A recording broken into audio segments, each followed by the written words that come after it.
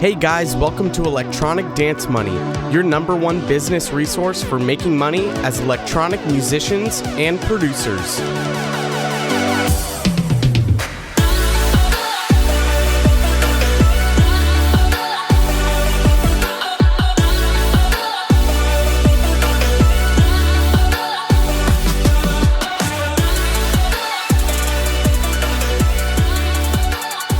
What's up, everyone? Welcome back to another brand new episode of Electronic Dance Money. I'm your host, Christian Casito, and we've got another solo episode today.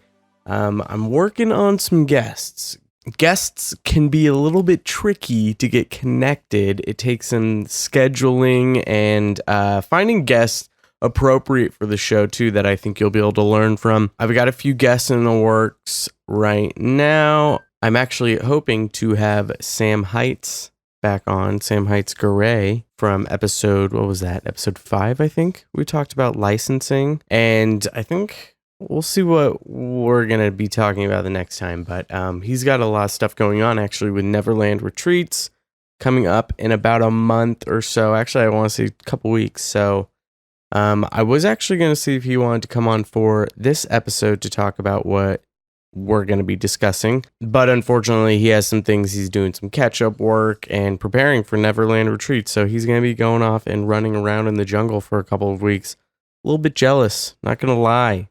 It's starting to cool down here in Austin, Texas, so, you know, if I could go down to a tropical paradise for a week, I wouldn't mind doing that, which actually I'm hoping to go to Neverland in June. I think they said they're having the first one of 2020. So I'm going to be pooling that money together, going on down to, I think they said Costa Rica, right? Regardless, it's tropical paradise on an island, secluded, beachfront, too nice, a lot of fun. So anyways, but yeah, so I've got some guests lined up. I'm working on it, trying to get some dates scheduled. We'll be discussing some things.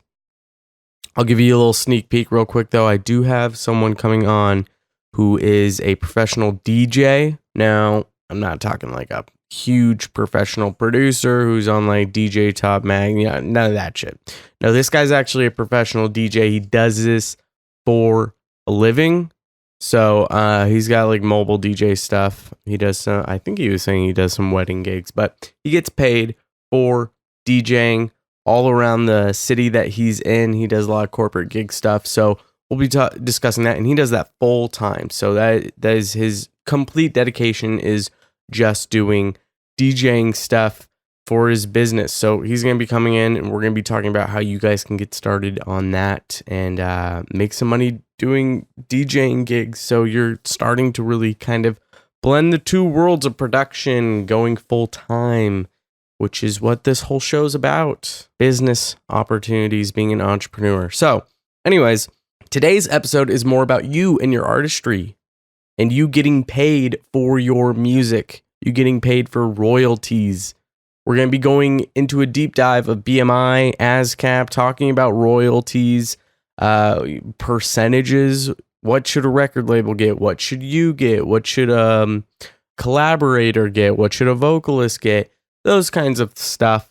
And yeah, we're going to be discussing kind of how BMI works, how ASCAP works, and what you should be expecting when you are signing up on those sites, registering your music, and kind of how they interpret things and how royalties get paid out. So let's get started. The first thing we are going to be discussing is royalties.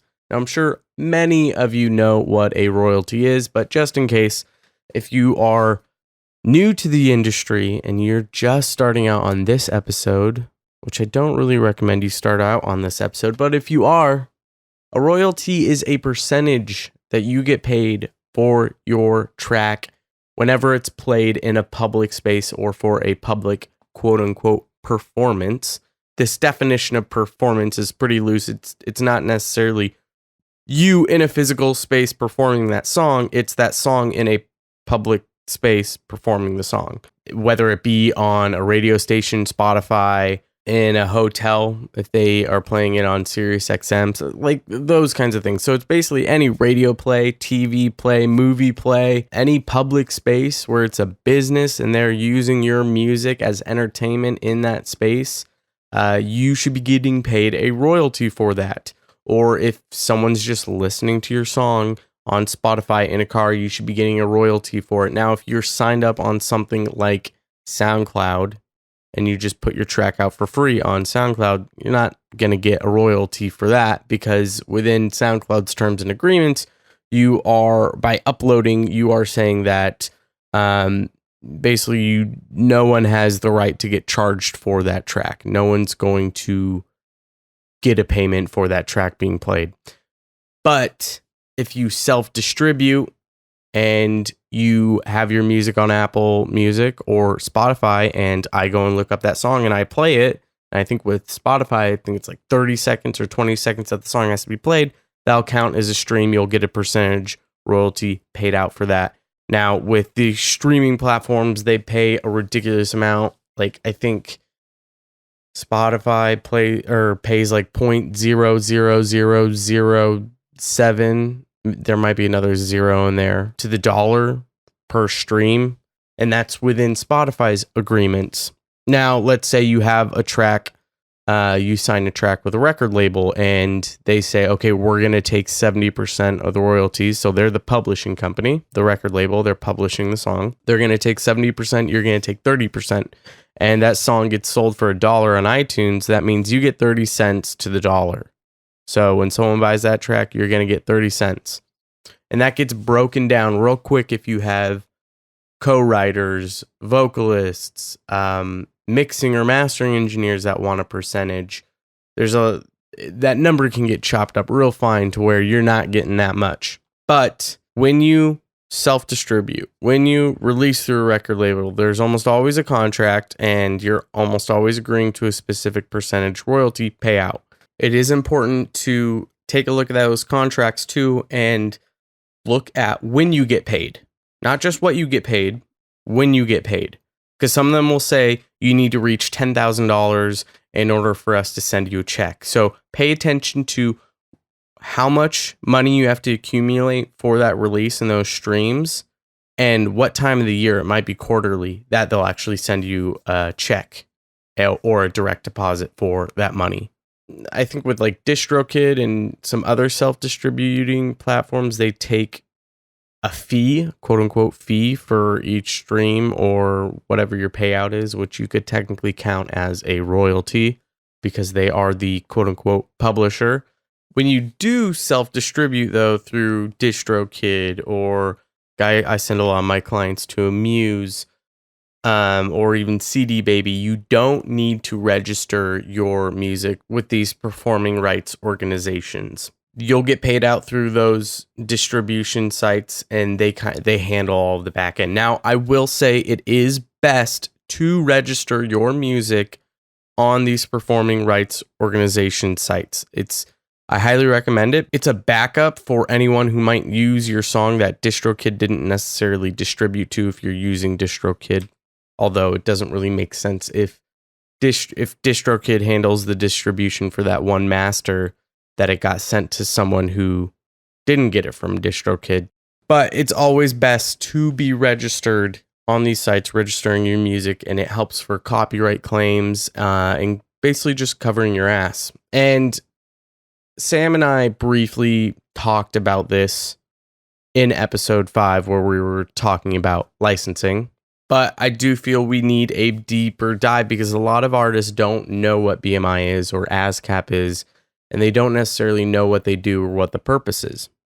And it's really all just about collecting royalties, you getting paid for your performances in public spaces. Now, when it comes to these contracts that we were discussing and collecting or deciding what your royalty payment is going to be, it's important to look at a few things. You want to take a look at, let's say you're signing a track with a record label. That's what we're going to start a basis off of, because I think a lot of producers are always looking for that record label contract. So let's kind of discuss that a little bit. You should obviously be paid what is deserving. And one of the things you need to look at with record labels is what exactly are they doing for you? Do they have a plan in place to do a lot of promotion for you? Are they going to be able to get it radio played? Are they going to be able to add you to a bunch of big Spotify playlists? What does their promo list look like? Who's going to be getting this promo? You have to take into account what exactly are they doing for you?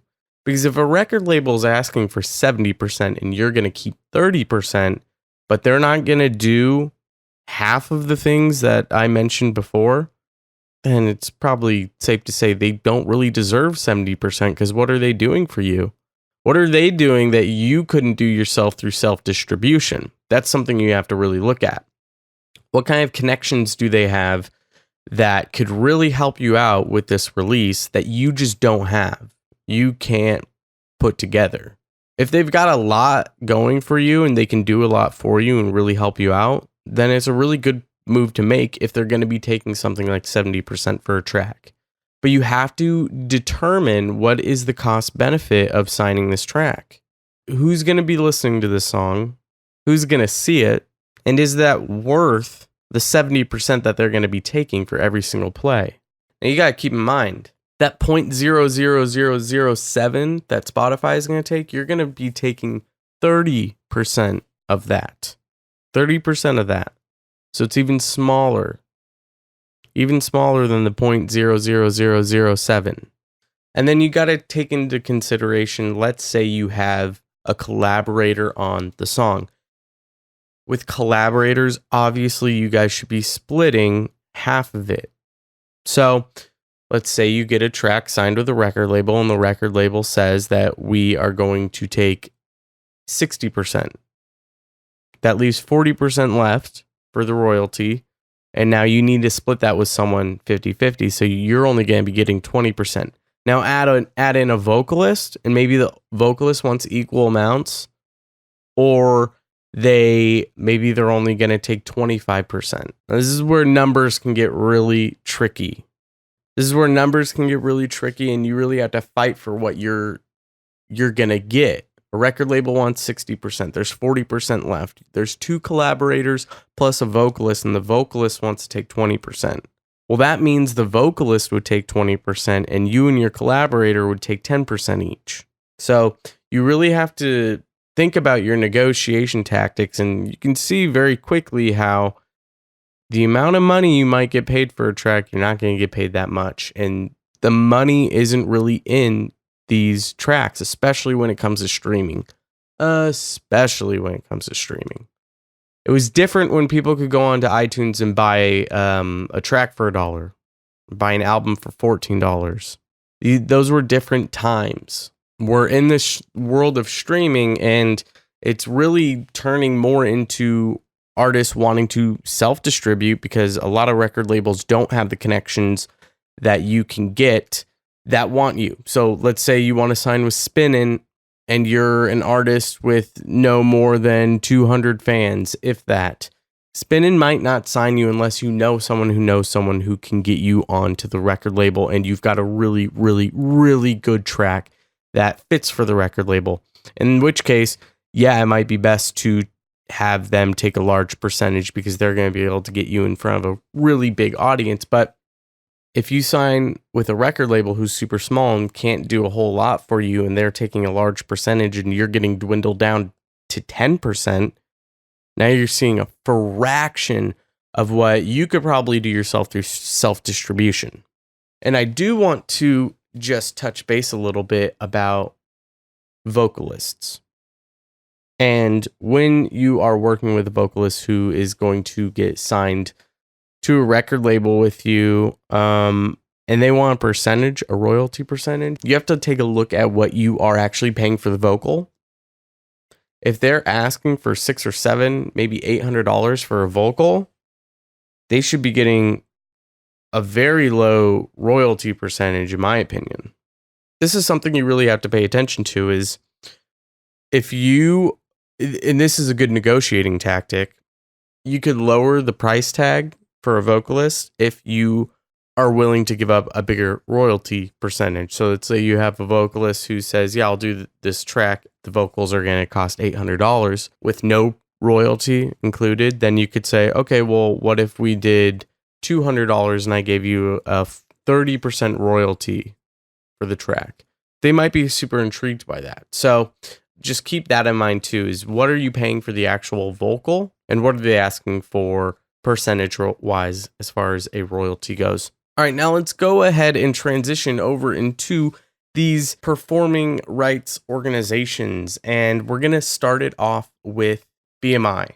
The reason why we are going to start off with BMI is because this is the one that I am actually registered with. I think BMI states that 1 in 2 songs are registered with BMI. And there are multiple of these organizations, so it's not like, well, yeah, if ASCAP and BMI are the big ones and BMI says, yeah, 1 in 2 songs are registered through us, then obviously ASCAP has the other one.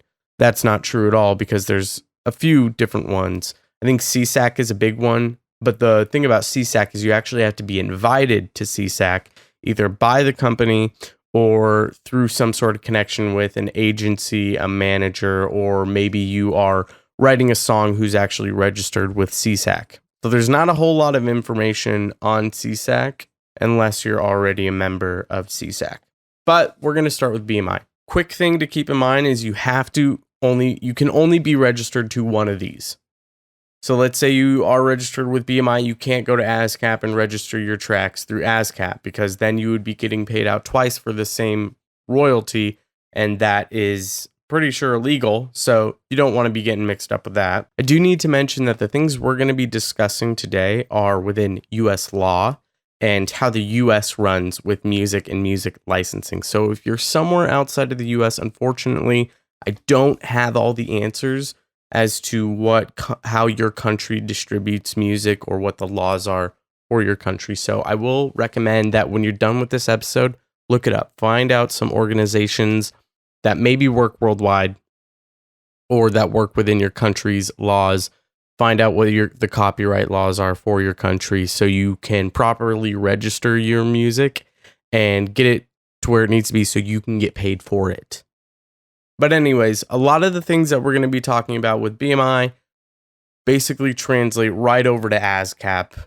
They're very, very similar. A couple things to point out right away is BMI is free. You don't have to pay any sort of membership fee, application fee, service fee, annual fee. There's no fees. ASCAP, there is a $50 application fee when you first register to be a member, and I think they have to review the application and they accept you, but anyone can register for an application. You don't have to have music out already or have a song lined up for you to register. You can just register whenever you want. The thing about ASCAP, though, is they have a lot of different benefits that members get that you don't necessarily get with BMI, and we'll get into that once we kind of do a deeper dive into ASCAP. So first thing with BMI, and I'll say this goes right across the same with ASCAP, is obviously they're an organization that allows you to register your tracks so that you promptly receive royalties for the songs being played in public settings, restaurants, clubs, gyms. This is what we were discussing earlier about what royalties are. All of these registered businesses need to have a music license in order to be able to play music in their space or venue. Now, there's a copyright law that states this information for the US. This copyright law states that if a place of business meets specific standards, so they have a certain size venue. I think it's 3,400 square feet for any food or restaurant places, or any places under 2,000 square feet that don't serve food or beverages. They need to have a music license in order for them to be playing stuff on the radio or Spotify or TVs. If they have a certain amount of TVs, there's specific standards that they have. If they meet these standards, they need to have a license. If they don't have a license, they can get sued by a lot of musicians if their stuff is getting played. When businesses go to places like BMI or ASCAP, now these places aren't just for us, the musicians and the writers and the publishers. This is for businesses to go to. They can actually purchase licenses from these sites in order for them to use for their businesses. So they go there, and the fees that they pay for the licenses, this covers all the music that they're going to be playing. But not only that, if you have a song that goes on TV or on radio or is on a movie, which again, we got into that in episode 5, these places have to register what are called cue sheets. And this is something that Sam had mentioned, but we didn't get into. Now, what a cue sheet is this is filled out by a production company. It's provided by the production company. It's almost always required that the production company fills this out when your song is put into a TV show or a movie or a commercial. This cue sheet gets filled out. It gets sent over to BMI or ASCAP, whichever it's registered with, and they take care of that. You don't have to take care of any of it. And this includes reruns of these. They get schedules of the reruns, which gets put into their database, so you'll be getting paid out for those royalties. And that's mainly where you'll see royalties come from with BMI or ASCAP. If your song is picked up, let's say on iTunes or Beatport, it's downloaded from somewhere, someone purchases the song, puts it in their TV show. They have to fill out a cue sheet for that song when it's played. And if your song isn't registered with BMI, production company did everything they need to do. If your song is not registered with BMI or ASCAP and gets put in, then you might have some issues with you actually getting paid for that royalty that you're owed. So again, this is why we register on these sites, for in case it gets put on to some show or commercial or whatever, it needs to get covered there. As far as cue sheets go, one thing to remember when you are licensing a track to a TV show or a commercial, these production companies, it's always important for you to double check that these cue sheets have been registered and they've been sent into these companies. If they haven't been sent in, you need to get the cue sheet from the company and send it to BMI or ASCAP. And they do, like, if they are late, they do have a certain time frame that you can send them in and still get paid for your royalties. But I think it's between like a 6 to 9 month time frame that you have to get these cue sheets sent in. So always when you license a track to a TV show, double check within 3 months of you getting everything finalized, double check and see that they sent in the cue sheets and ask for a copy of them too, just to have on file. Now, let's say these production companies register your song already, or a publisher registers your song. This is important to keep in mind. If you sign a track with a record label and they register your track on BMI or ASCAP, you do not need to register yours a second time. This is for if a record label registers a track with BMI and you're signed up on BMI, you're good. Now, if a record label registers on BMI and you're on ASCAP, you need to register yours on ASCAP. They will not talk to each other. When you are registering a track through BMI, there is one thing to keep in mind. Their royalty percentage is a little bit different than, let's say you were to sign a track or a contract with a record label and they're going to take, like the example we had earlier, they're going to take 70%, you're going to take 30%. It's a little bit different.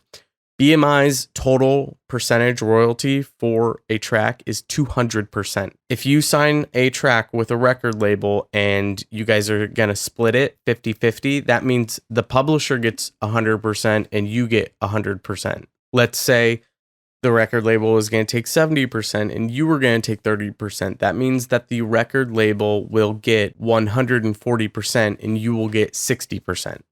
So you have to keep these in mind when you're actually registering your track and make sure you do the numbers right.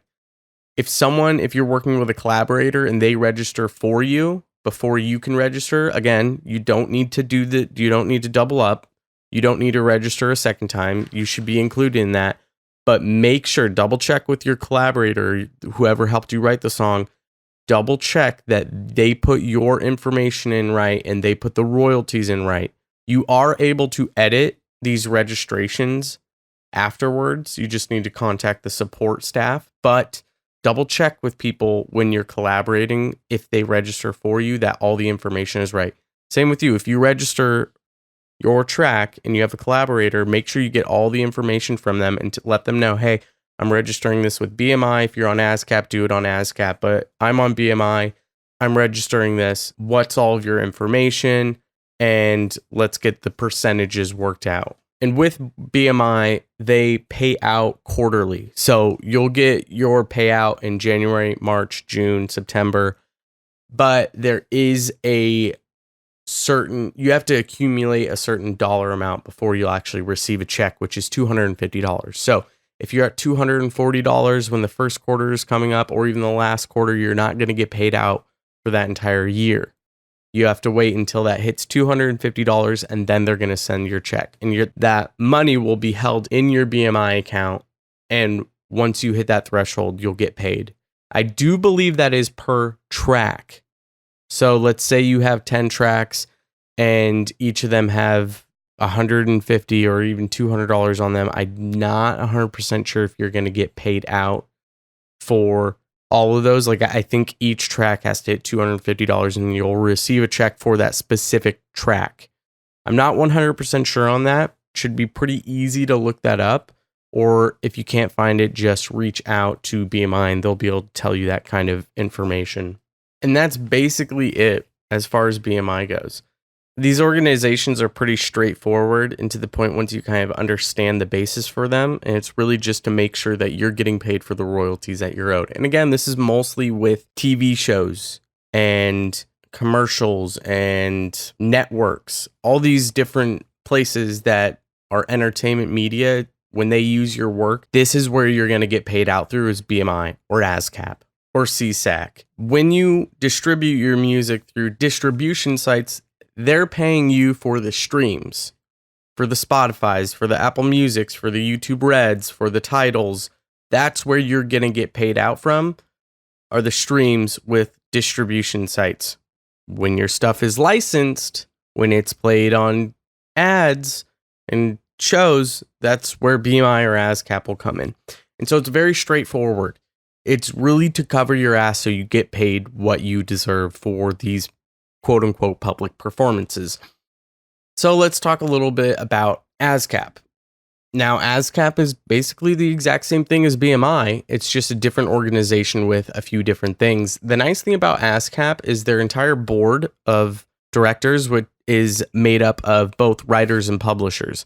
So people who are publishing music, like record label owners, and these are actually voted for. So the board members are voted for by the actual members of ASCAP, and they pick 12 people for 12 writers and 12 publishers that are elected into these positions for the board.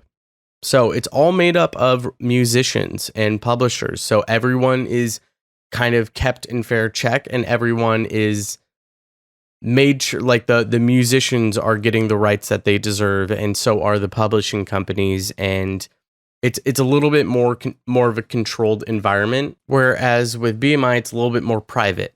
They kind of work within their own company and hire all the different directors for wherever they see fit. But with ASCAP, it is a community. It is more driven from the members. The members decide how ASCAP is run, which is nice. It's nice to think and know that you're being represented by people who have been in the same position as you.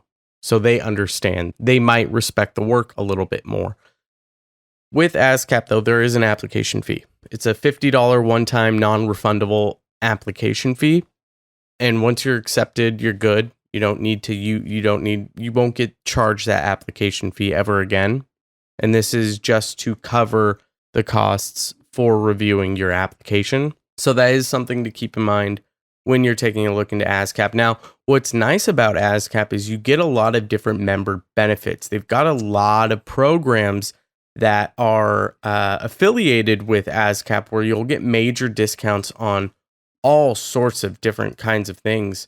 They give you a lot of exclusive package benefits to wellness programs, creation tools and gear, education, financial assistance, instrument and studio insurance, marketing, merchandise, some travel benefits. You get a lot of different benefits with ASCAP. So if you are like a big musician where you're trying to go full time, ASCAP might be a better place for you, because you get a few more benefits included that might make life a lot easier as a musician, and you'll be able to get a lot more guidance through that entire process. They actually even include this program called BetterHelp, which is free professional counseling, and it's a 24-hour service. So if you're needing counseling as a musician and you're full-time, but you don't have health insurance and you are a member of ASCAP, they can get you connected with someone online, a professional counsel, a licensed counselor and therapist to help you with that, totally free of cost. So with ASCAP, like you can really tell they want to help their members. They want to take care of musicians. And I think a lot of this has to do with this board of not just people they elect within the company or outside of the company, but it's people who have been in this game. They've played this game before. They understand how it all works. So they're here to help you. There's something that I forgot to mention with BMI and ASCAP. When businesses go to purchase these music licenses, I think BMI only takes about 10% of that cost for the license. The rest of it gets distributed back into the members. And same with ASCAP. I think ASCAP takes 11% of that license, and then the rest of the license actually gets distributed back into its members. So that's how those business licenses actually work. Now, the cool thing about ASCAP is they also have something called ASCAP on stage. So when you perform for specific venues that actually have these business licenses, you can report those performances and get paid for the royalties of that performance, so long as the venues are registered as well. So if you are a performing artist and you're going around playing a bunch of live shows, this is a way for you to actually get paid an additional fee for the royalties that you pay during that performance. But essentially, we covered most of what ASCAP does in the whole explanation at the beginning with BMI. So that's really it as far as the differences go between ASCAP and BMI. ASCAP is a lot more focused on the musicians, in my opinion, and BMI is it's really a faster and more clean-cut way of getting the royalties that you need to get paid. But that is it for this week's episode. This one was, I think, super important to go over. I think there aren't a lot of producers that understand the benefits to registering your music through these organizations and how important it actually is. And we need an episode thoroughly going into this. So I hope you guys got a lot of information out of this. Make sure you register your tracks on BMI and ASCAP in addition to your distribution. In case someone picks up your song for licensing somewhere, you get paid for that. Plus, with ASCAP, like I said, if you're starting to go full-time, if you're hitting that peak, ASCAP has a lot of programs that are for you as a musician that can help you out and your career. So check them out. Head to enviousaudio.com/episode 13. I've got all the show notes on there with the links to everything we discussed, and for you to go register and sign up on BMI or ASCAP. Thank you so much, you